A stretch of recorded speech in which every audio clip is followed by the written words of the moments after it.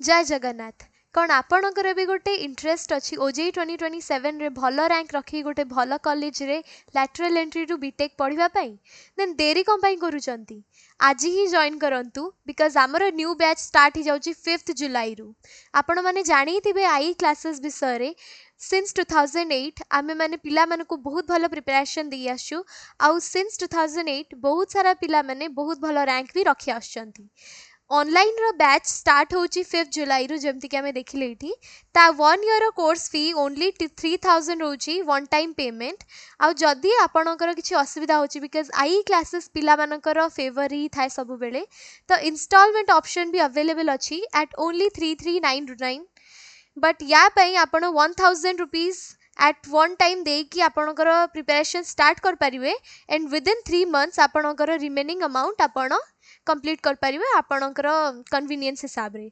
जदि आपनको आउ किछि क्वेरीज अछि देन एई नंबर रे आपण कांटेक्ट करिकि कथा ही परिवे।